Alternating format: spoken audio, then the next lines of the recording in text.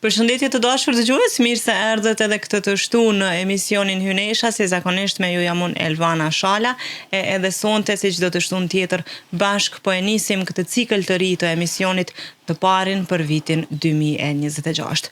Unë uroj edhe shpresoj që keni pasur një hyrje të re dhe të shëndetshme në këtë fillim vit dhe mbi të gjitha keni kaluar çastet e më të mira të fund vitit të kaluar bashk me familjet tuaja. Tashmë e dini që ky emision ju kushtohet grave të suksesshme të Kosovës dhe ne pa diskutim edhe këtë vit si çdo vit tjetër do të trajtojmë profilet më të rëndësishme të shoqërisë sonë dhe gratë të cilat kanë dhënë kontribut të veçantë dhe të jashtëzakonshëm në sfera të ndryshme të shoqërisë kosovare. Sonte kam nderin dhe kënaqësinë ta nis këtë emision me një zonjë tepër të veçantë, me një grua e cila pavarësisht sfidave që i ka sjellur jeta, ajo asnjëherë nuk është dorëzuar për të mirën e komunitetit të saj, por edhe të vetës së saj, të integrimit të barabartë në shoqërinë tonë dhe të punës për të drejtat e njerëzit. Kam nderin dhe kënaqësinë që këtë cikël të ri të vitit 2026 të emisionit Hynesha ta nis me zonjën Bajram Shahe Jetullahu, drejtoreshe e organizatës Komitetit të Grave të Verbra të Kosovës. E dashur, përshëndetje, mirë se erdhe, shumë kënaqësi me të pas në studio. Kënaqësia është e jonja, faleminderit juve që keni tregu një interes për një mbështetje sa më të mirë të grave, vajzave të verbra. Unë quhem Bajram Shahe Jetullahu, jam drejtoresh e Komitetit Grave të Verbra të Kosovës, që është nga viti 2006. Komiteti Grave të Verbra të Kosovës është themelu me 4/12 në vitin 2006, që nga atëherë e deri më tani asnjëherë nuk kemi pushu me përkrahjen për gratë dhe vajzat e verbra, po jo vetëm. E dashur, para se të vim të kjo pjesë dhe tek organizata, dua di pak më shumë për zonjën Bajram Shahe, si ka qenë ajo kur ka qenë fëmijë. Do nisim nga fillimi për të ardhur deri tek puna e organizatës. E thash që jeni një nga gratë më të veçanta të shoqërisë, sepse pavarësisht sfidave që ju ka sjellur jeta, ju asnjëherë nuk keni ndalur me kontributin tuaj, siç e përmendet edhe në fillim për gratë dhe vajzat e verbra të Kosovës. Por si ke qenë kur ke qenë fëmijë? Çka kujton nga ajo pjesë? Nga ajo pjesë kujtoj ato matë këqijat. Për shkak se në moshën 2 vjeçare, pa i mbushur plot 2 vjet, mu më ka vdek nana. Edhe në atë kohë, çka them, kemi qenë 4 fëmijë të vogël, 7, 4, 2 edhe i posalindun një fëmijë. Me atë fëmijë nana veç kanë rroj jetë. Ne kemi met 4 jetima. E pasojat më të mëdhajat i kam heq unë, për shkak se vllau motra ishin ata 2 më të mëdhenje se unë, edhe kishin mundësi me dalë. Mirë po unë si fëmijë, si e vogël, 2 vjeçare, çka ku mujt unë me ditë për jetën teme, për fëmirin, edhe në atë kohë, baba është martu, ka marrë një grua tjetër, pas 3 apo 5 muajve këto dikun, simbas të dhënave se unë nuk e mbaj men, atëherë ajo, ta thëm e pa shpirt, edhe pse simbas vepra e pa shpirt ka qenë, ajo më ka rah mua shumë, edhe ujë nuk më ka dhanë me dët tëra me pi, unë kam qajtë shumë, edhe kështu që në moshën 2 vjeçare e kam humbë të pamurit. Nga ajo Si ndodhi që e humbët të pamurit? Për shkak të keq trajtimit? Po, si mbas mjeku Gjeladin Deda, ku kam qenë paciente e tina, me njerë pas 3 muajve, mi gjam ka vrejt se unë veç kam humbë të pamurit. Edhe një ditë ajo ja ka imponu babës kur është martue, i ka thonë na nuk dojmë me jetue në fshat, se baba ka qenë në punë, edhe unë me 4 fëmijë, qysh mujmë nëse më smohet një fëmijë, qysh unë e dërgoj të mjeku. Ajo ka nxjerrë këta sa për me dalë me qenë sa ma largë familjes tonë, mos me mujt dikush me përcjell se si gjendet si sjellet ajo me ne. Edhe kështu që pas 3 muaj martese baba është dalë, na ka qonë Lypjan me jetohe, se unë jam nga Glogovci i Lypjanit. Si jetuat në Lypjan? Ishit Në vetëm ju Lypjan fëmijët? shumë ne fëmijët edhe njerëka. Po ajo pasi që u liru prej familjarëve tjerë, prej migjës, nuk mujke me përcjell dikush, ajo kish një sjellje arrogante ndaj gjithë neve, po sidomos ndaj meje, se unë veç nuk kam mujt me dalë me vazhdue me fëmijë tjerë edhe kam qenë në shtëpi rregullisht, ajo mu më ka rrej mas tepërmi, edhe ujë s'm ka dhënë me javë, me ditë edhe me javë mund të them, me pi, por më ka dhënë kryp me hangër. Kur kam qajt unë, ajo më ka dhënë kryp, edhe kështu që janë shterë, sytë, edhe kom fillu me hub të pamërit. Një ditë migja ishin ardhë hallat e migja, edhe kanë thënë shko me rrethmit, do të rrinë disa ditë me neve. Por kur kam shku aty, gruaja migjës na ka thirrë, hajde fëmija me hangër drek. Unë e pjate nuk e kam pa, edhe si fëmijët ma të padurueshëm, jam qo me vrapu, mirë pa e kam fut kamën në pjatë. Edhe gruaja migjës ka thonë burrit vetë, qika nuk ku ka të pa, e pas ka humbur të pamërit. Hallat kanë thonë, hajtë se i ka ra terri i pulav, qka e di, pas ka qenë një smundje atëherë terri i pulav. Edhe kanë fut do ujë në koçak të pulav, që të nesërmen me ma dhanë muaj me pi, me mu kthy të pamërit. Ata e kanë bo hallat, po fatkeqësisht, çka mundet ajo me të sjell. Edhe të nesërmen, kur kanë provu, ma kanë dhanë ujin, e kanë pi disa ditë, edhe s'ka pas kur farë përmësimi, migja më ka marrë dhe më ka dërgu të mjeku në Lypjan, po Lypjani ka thonë jo, dërgojnë në Prishtinë minerë të mjeku Gjeladin Deda, se kjo të pamurit e ka hub, po të shohëm se çka mundet me bo Gjeladin Deda. Aty, Sa ishin shancat për shërim pastaj? shancat, thuja se 0-0. Edhe ai në atë moment Gjeladin Deda, i ka thonë migjës ka kujtu se jam thmyja i ti, i ka thonë zotit ma rrov qësh ke leju thmija me të bo kështu. Derisa ai i thot, jo është thmija i vllaut, jo thmija im, ai i ka ra migjës shoplak, edhe i ka thonë, pa në nënshkru unë e operacion nuk e bëj, mirë po shansat janë shumë dopta. Edhe në atë kohë, më kanë operu, kam qëndru në Prishtinë, 6 muaj, çdo muaj nga një operacion Gjeladin Deda, ma ka bo indjuri, edhe ka propozu që të më dërgojnë në Shkup, atje mjetet më të mira se na, edhe kanë supozu se do të ketë një shërim më të mirë. Këtu veç Gjeladin Deda ma kthej të pamurit sa me mujt une me vrej ditën edhe natën. Pastaj më kanë dërgu në Shkup, edhe atje kom qëndru 6 muaj, edhe plus 6 herë tjera jam operu. Do të thotë për një vit, 12 herë jam operu. Kush është kujdes për ty pastaj pas çdo operimi, marr parasysh relacionin jo të mirë që keni pasur me ta quaj gruan e babait tuaj? Po gruan e babait e kanë përzanë me njerë pas kthimit të migjës edhe baba pastaj ka ardhur në spital, se deda nuk ka operu, pa ardhe dhe baba Pasi me në kuptuan të nshkruan. vërtetën e trajtimit tënd.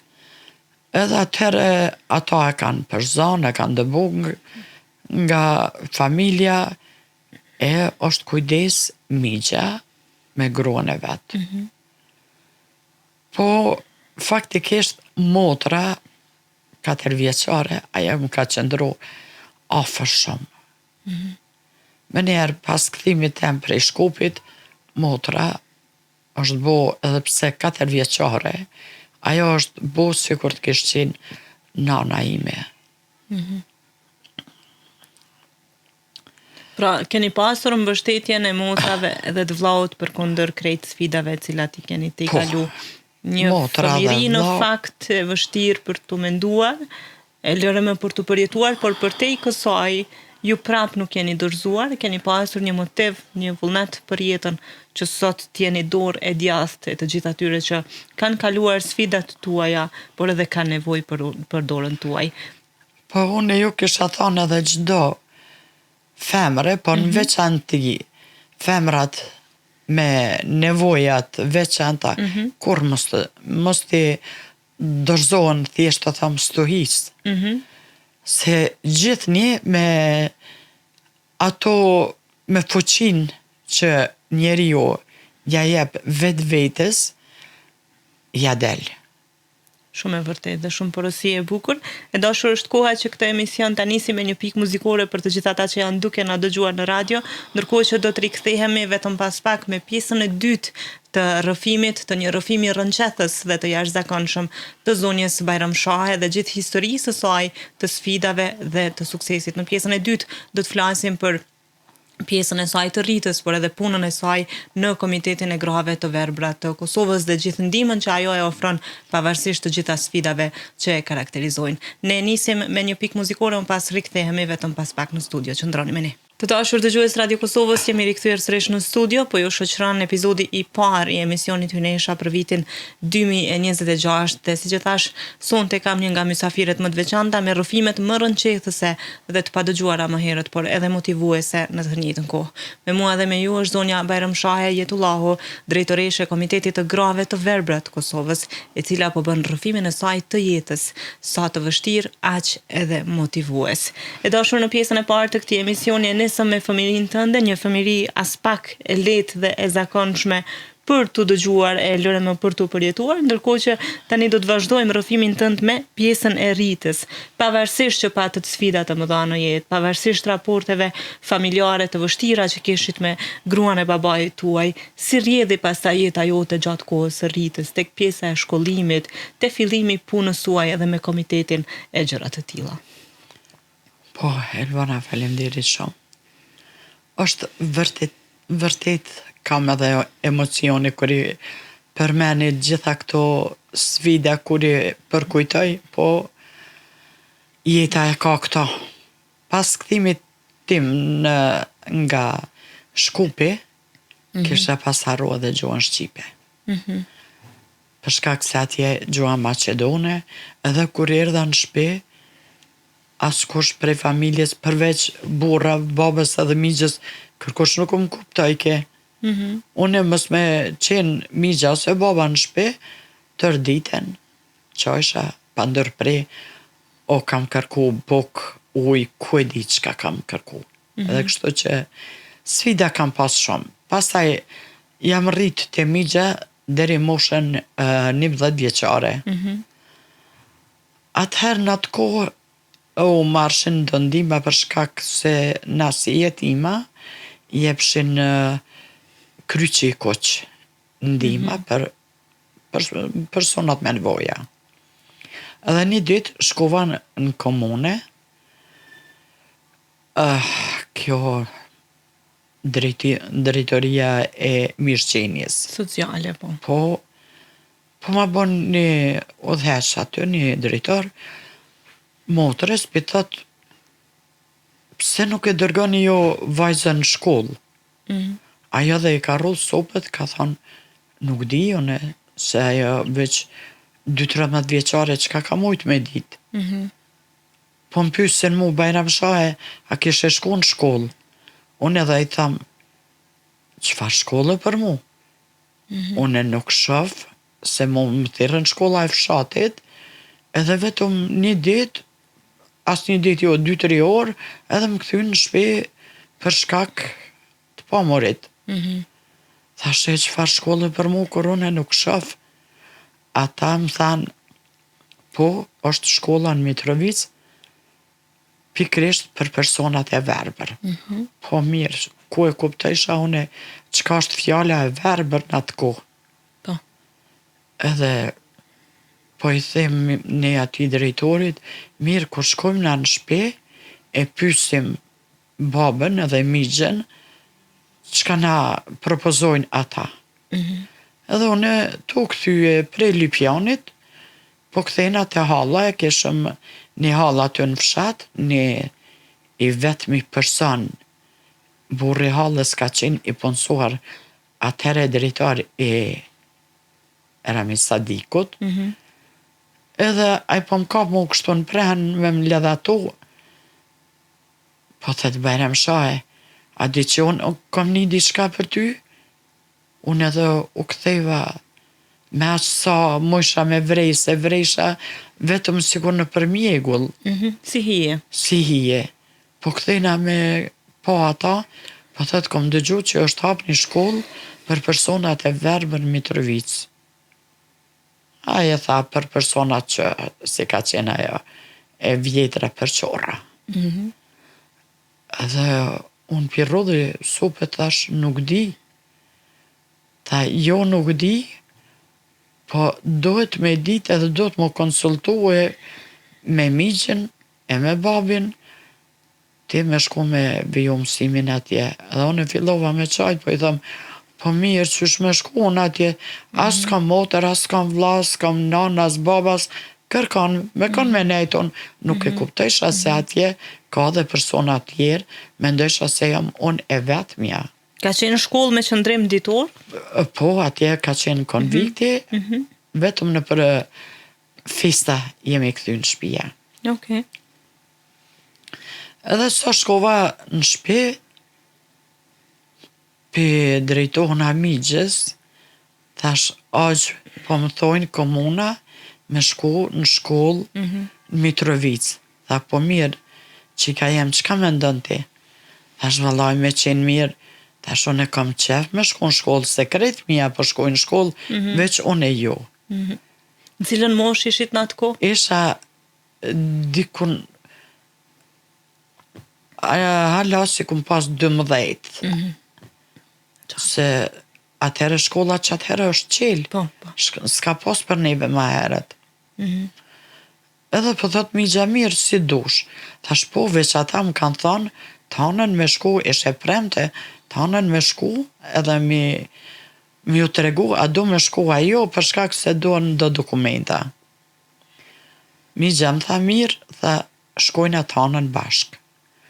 Edhe shku me lypë ma drejtorin, pi thot migja, po më thot qika kështu.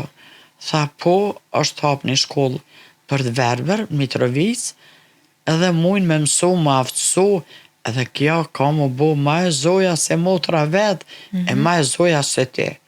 Ta shonë si thmi, me ndojsha, që ka morë me bo une.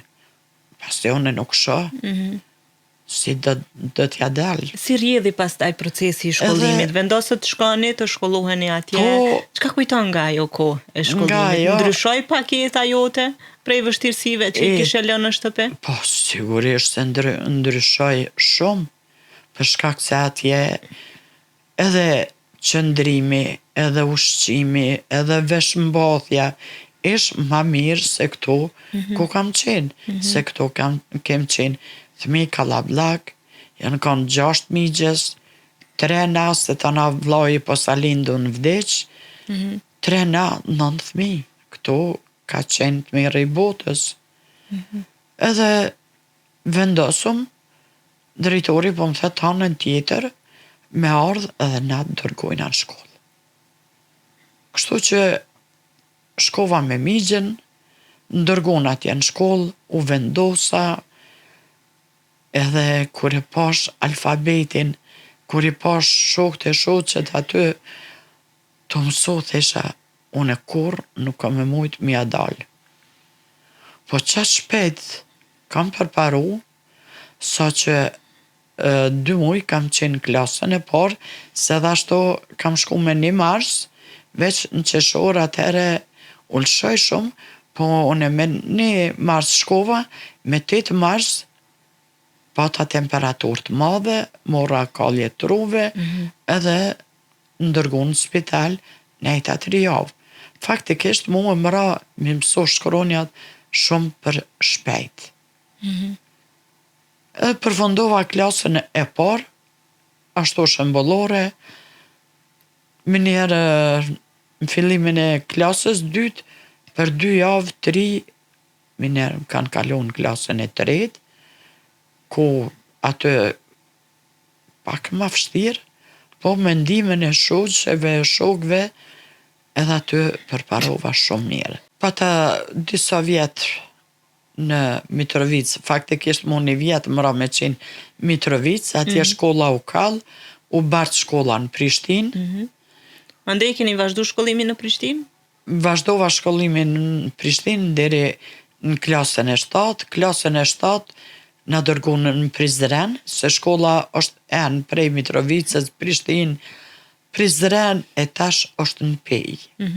Mirë po në Kosovë kreva vetëm shkollën fillore, për shkak se shkollët mesme nuk kishte ne. Si vazhdoi pastaj procesi i shkollës së mesme? Pastaj isha në Kroaci, pikërisht në Osijek, atje vazhdova shkollimin. Kush ju dërgoi në Kroaci? Në Kroaci më dërgoi komuna. Komuna. Po këto shpenzimet gjitha i ke komuna, qoftë në Prishtinë, qoftë në Kroaci, komuna gjitha shpenzimet na ka jek neve, edhe na i kanë siguru vendet e punës si të përfundojsh shkollën, me u kthy me njerë vend punës. Sa vite qëndruat në Kroaci? 2 vite. Pastaj u kthyet sërish në Prishtinë? U punësuat me njëherë? Jam kthy faktikisht në qeshor, në shtator, me 27 shtator, jam punësu në televizionin, ishtë televizioni Prishtinës atëherë, në central, edhe mirë, më kanë... Cila ishte puna jote e parë në televizion e dashur? Centraliste, manipulante. Që tash fjalla manipulante po rrjet pak si keq, po faktikisht manipulante. Në central kam qenë, kam punu mirë, më kanë I bie në recepcion sot, apo? Tash në recepcion I bie. Po. Pra ke qenë recepcioniste, për ata që mund ta keq kuptojnë. Po, edhe kam kalu shumë mirë. Shoqëria më ka pranue shumë mirë. Jam pranue me kontrat pune për 6 muaj. Po, kam qenë shumë e aftë, edhe e kam punën e kam dash si punë. Mu për 1 muaj ditë mu ka dhënë vendimi I përgjithshëm. Po. Edhe kështu që kam punu deri në atë kohën kur na dëbun. Deri në vitet e 90-ta. Po, e pastaj dihet se çka rrjedhi, u doft edhe na me lësho punën, me ju bashkan gjitë popullit. Edhe... Në kohën kur u punësuat, u rikthyet në familjen tuaj, apo pastaj vendosët jetonje vetëm në Prishtinë? Jo, kam banu në Prishtinë. Për shkak se familja ishtë në Lypjan, unë e punësune në Prishtinë, ishtë ma problem për mu me udhtu, se vlau punoj ke për vete, edhe s'kish kush mu me m'en, atëre u doft këto me gjitë banis private, me punu, po shumë mirë kam kalu. Qëndruat e vetme?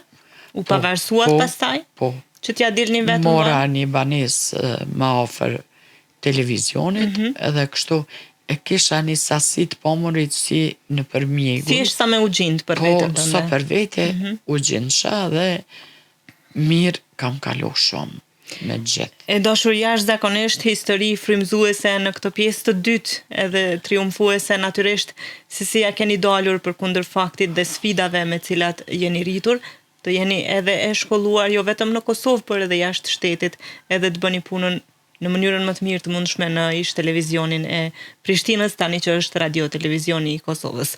Është koha që sërish të rikthehemi muzikës për të gjithë ata që janë duke na dëgjuar në radio, ndërkohë që asesi mos e ndroni kanalin, sepse do të vazhdoj kjo histori e jashtëzakonshme e zonjës Bajram Shahe për të rrëfyer tek ju dhe natyrisht për të qenë motiv për të gjithë ata që mbase janë duke kaluar tek të njëjtat sfida dhe vështirësi që natyrisht secila grua me nevojë të veçantë mund të kalojë. Në pjesën e tretë do të flasim edhe për punën e saj në organizat dhe për gjitha shërbimet që kjo organizat ofron e natyrisht ku mund të inkuadroheni edhe ju duke ndihmuar në forma të ndryshme. Ne rikthehemi në studio vetëm pas pak. Me së dashur të Radio Kosovës jemi rikthyer sërish në studio, po ju shoqëron emisioni Hynesha e këtë cikël të ri të vitit 2026.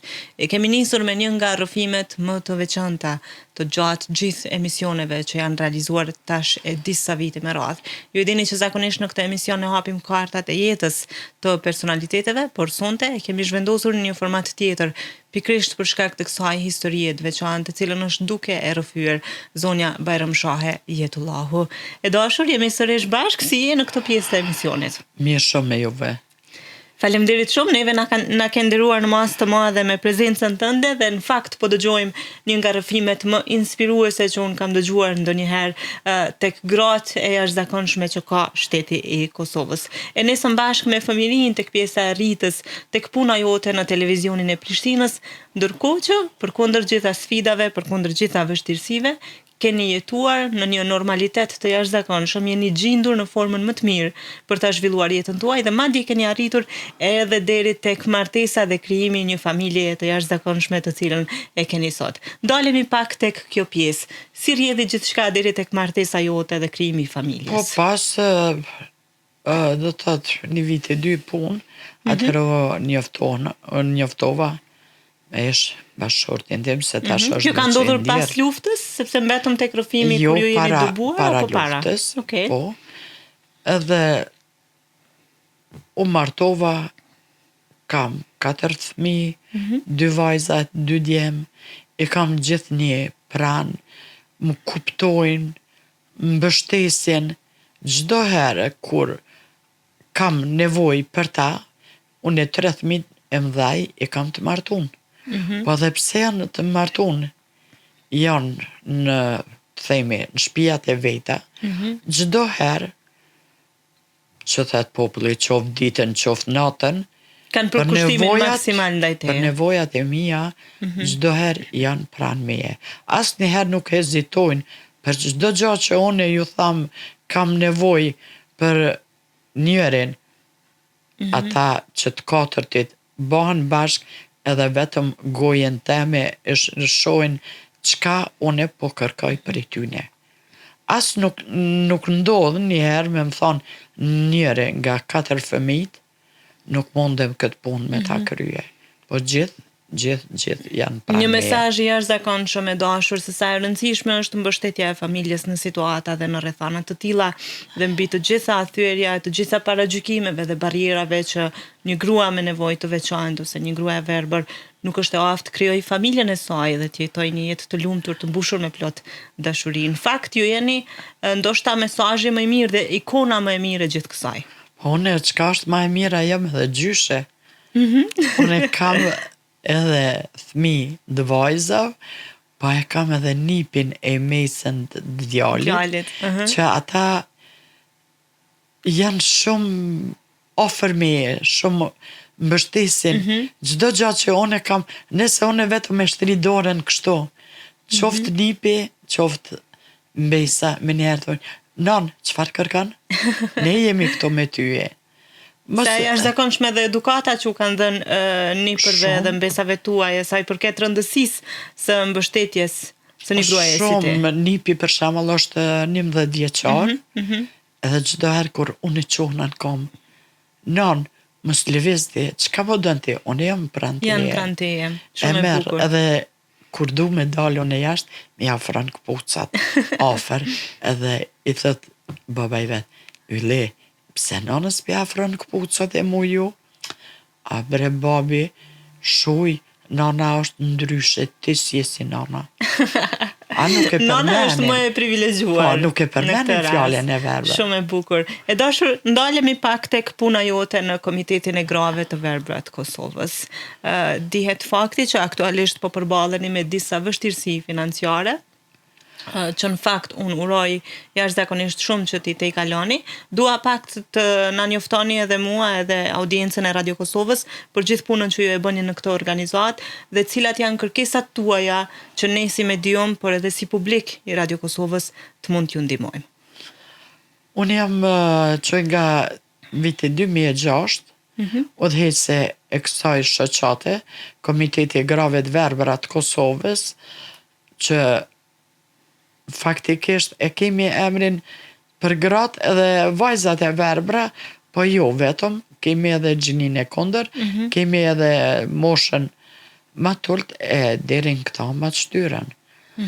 Pasi është themelu Komiteti i Grave të Verbra, kemi startu me një herë pas luftës me intervenimin për shkak se lufta gjatë mirë askujt si sjell. Natyrisht. Sa gra kanë mbetë të verbra si pasojë e luftës, qoftë nga maltretimet e tyre, do të thotë kuptohet tyre kur e tham, qoftë nga maltretimet e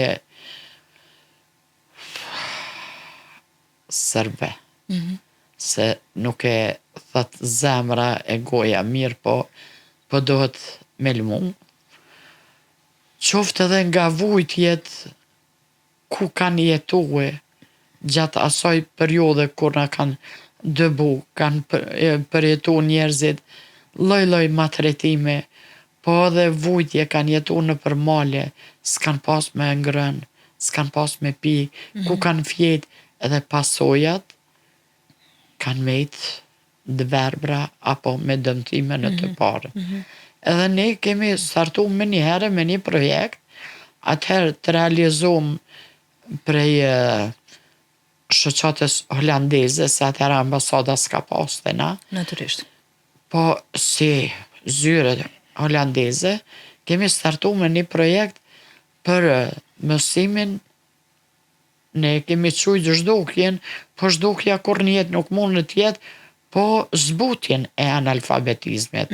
Se edhe nëse jo po kanë kry njerëzit, gratë edhe vajzat e verbra kanë kry shkollën me të pamë të rregullt, po nëse e kanë hub të paminit, fatkeqësisht nuk din alfabetin e brajlit, Qartë. alfabet për të verbër, atëherë jesin analfabete. Pra fillimisht ju keni kontribuar si shoqat në zhdukjen e analfabetizmit të grave dhe vajzave të verbra të Kosovës për të vazhduar tutje tek shërbime tjera të cilat i keni ofruar. Po, atëherë kemi marrë edhe përmësimin të quj e abetareve për të verbër, ku unë kam shtyp me makinë mekanike me disa shoqe shok, se aty në ato abetare ka pas fjalë të huja.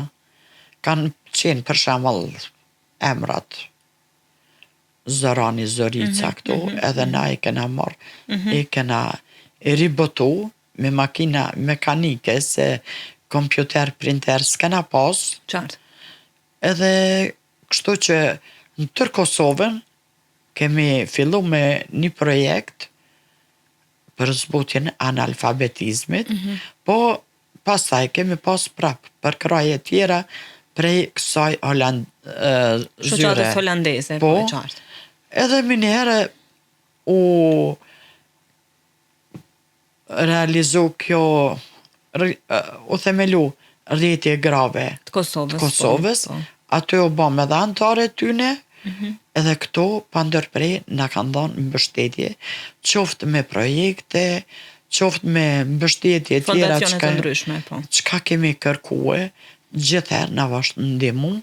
Na jo që kemi pas vetëm zhdukjen e analfabetizmit, po të ne ka pas nevoja dhe tjera, orientimi apo ambientimi në hapësirë, për shkak se unë tash kam pak një njohuri muj me ecë vetë mendimin e Shkopit Bardh, po ata që kanë mbetë për momentin dverber, apo dverbra, ato nuk kanë pas mundësi asnjëherë, qoftë nga dhoma në dhomë, të shkoj vetë pa ndimin e dikujt tjetër. Edhe ne kemi marrë trajnime tilla që të pavarësohen që një femër e verbër të mund të jetoj e pavarne. E dashur si qëndron mbështetja dhe si qëndrojnë mbështetja institucionale pastaj pas formimit të institucioneve pas shpalljes së pavarësisë së Kosovës. Dhe si qëndron edhe sot kjo mbështetje institucionale për këtë komitet. Muj me falemderu komunën e Prishtinës, e cila 2 vite na ka ndihmue me projekte. Një projekt kemi pas trajnimi i grave dhe vajzave të verbra në kuzhinë. Edhe vitin e kalun kemi pas një projekt për teknologji, ku kemi pas një mini projekt që nuk mundet m'ja dal me aq sa është financu, po s'paku 3-4 vjet Kanë përfitu prej tij. kemi përfitu. Sa antar numëron organizata juaj? Po ne Një numër të faktikisht parafërt? të parafërt dikun vetëm të ne çka janë rreth 300, mirë po edhe ato që nuk janë të antarësune në komitet janë në shoqata tjera, se ekziston edhe shoqata e të verbërve e Kosovës, po na pa marrë parasysh. Ta bëjmë këtë lloj dallimi edhe sqarimi edhe për publikun, besoj që Komiteti i Grave të Verbra të Kosovës është totalisht organizat në vete nga shoqata e të verbërve të Kosovës, apo? Po. Okej. Kështu që kudo qoftë në Kaçanek, në Pejnë, në Prizren, Gjakov, kudo qoftë që ndihet kërkesa edhe nevoja që të mbështesim një grua po vajzë të verbër, kudo qoftë që na kërkojnë, ne jemi aty. Shumë të në rasteve ne edhe siç dihet një person i verbër pa dallim e ka një mbështetje varet prej shkollës verbris, do të thotë 100% ata që kemi një mbështetje 300 euro. Po flasim për pensionet invalidore. Po, invalidore. 150 janë për shoqërusin, 150 për të verbrin. Po. Mirë vone me ato çka kum pas mundësi, edhe vullnetarisht kam shtu për gjepit, edhe pse nuk na dalin për vete, mirë po ko ka pas nevojë, kum obsigue diçka tjetër, edhe jam gjithnjë aty. E dashur me që jemi drejt minutave të fundit të këtij emisioni, dua një thirrje tënde të hapur për të mbështetur Komitetin e Grave të Verbra të Kosovës dhe organizatën tuaj. Marr parasysh e thash edhe në fillim të kësaj pjese që po përballeni me disa vështirësi financiare, duke ditur faktin që ka ndryshime të jashtëzakonshme edhe globale sa i përket fondacioneve të ndryshme, por edhe në Kosovë. Unë çka thëmë, institucioneve gjithnjë ju kena drejtue. Po e ceka komunën e Prishtinës, e cila 2-3 projekte na ka ndihmu. Ndërsa, në qeveri që kemi që projekte, po jo se janë përkrah me ditë sa. Për këtë vit, kemi qenë me përkraje, thoja 0. Pra për vitin që lam pas, po flisni, për 2025. Po, 2025. Edhe jemi munun ato forcat tona me bo diçka, po s'ja kemi dal, dhash Zoti që këtë vit të na përkrahin, edhe të kemi një mbështetje më të mirë, të jemi në gjendje të ju ndihmojmë atyre që janë më së shumti në nevojë. Ma shumë me nevojë. Se ne sido qoftë e kemi kaluar një jetë, po ata që janë të ri, nevojit e shkollimi, nevojit e përkraja, bëj ftesë gjitha institucioneve të përkrahin, të ndihmojnë njerëzit me nevojat veçanta, sidomos gratë dhe vajzat e verbra, dhe pse gjinia femnore thoya se çdo kun është e diskriminuar e ne jemi edhe më shumë. Vetëm edhe këto kisha thonë, ne qysh në vitin 2000, çdo herë, çdo minister që është ardhur pikërisht tek shëndetësia, kemi bërë kërkesë që na ndihmojnë me listën esenciale, po dhe me pajisje akustike për personat e verbër. Sa keni gjetë mbështetje prej Ministrisë së Shëndetësisë ndër vite? Asnjë moment. Asnjëherë. Edhe tash vitin e kaluar do të thotë kanë prunë disa mjete aparat për sheqer, për tension. Keni qenë përfitues apo jo? Jo, kanë mbështet shoqatën e meshkujve, neve jo, edhe pse na kemi qenë pre fillimit, kemi bërë kërkesa, po asnjëherë nuk jemi përkrah. E bëj ftesë që të përkrahemi edhe ne e jo të diskriminohemi siç e kanë tradit, moj ta them, në Kosovë.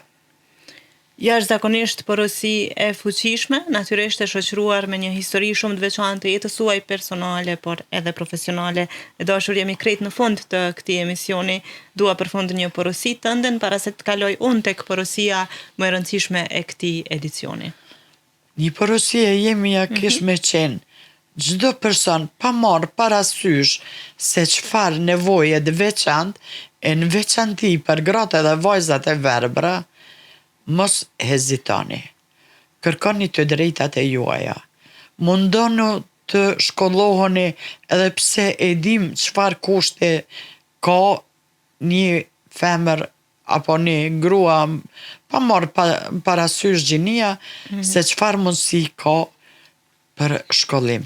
Mundësit i kena 0-0, por vullneti nuk mungon. Vullneti nuk mungon, kemi shumë studente që në ato fuqit e veta me shumë mund kanë kryer shumë fakultete, po që nuk jo jepet mundësia të punësoheni edhe ftoj shtetin në të ardhmen, edhe pse asnjë qeveri deri sot nuk e ka bo një hap për me përkrah punësimin e personave të verbër pa dallim. Po edhe ne jemi si jo, dikur edhe unë isha sikur ti, po sot jam këtu ku jam.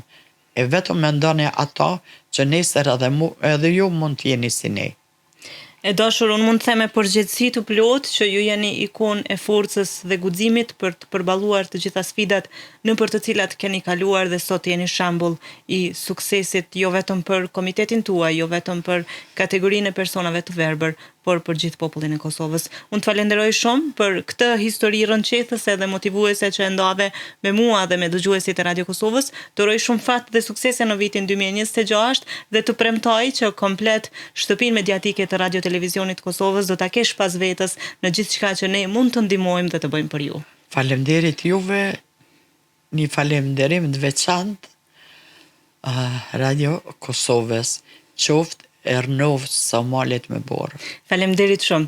Qofsh me fat e shëndet edhe te. Faleminderit. Të dashur dëgjues, kemi qenë kështu me një nga historitë më rënqethëse dhe më të veçanta të këtij edicioni të emisionit Hynesha me zonjën Bajramshahe Jetullahu, e cila na shpalosi shumë çka nga jeta e saj e vështirë, por edhe motivuese në të njëjtën kohë. Më lejoni që fare në fund t'ju bëj thirrje që në numrat e poshtshënuar që shihni në ekranet tuaja në YouTube dhe natyrisht edhe në që do t'i dëgjoni vetëm pas pak në radio, ta ndihmoni Komitetin e Grave të Verbra të Kosovës, duke dhuruar me aq sa ju keni dëshirë dhe mundësi, në mënyrë që ky komitet të vazhdoj punën e tij dhe natyrisht të kenë mbështetje më të madhe në projektet për t'i realizuar ato dhe për të mbështetur gratë dhe vajzat e verbra të Kosovës. Duke ju falenderuar për mirëkuptimin tuaj dhe për mbështetjen e vazhdueshme që jepni emisionit Hynesha dhe jo vetëm, unë ju lë ta kem javën tjetër. Deri atëherë, gjithë mirat.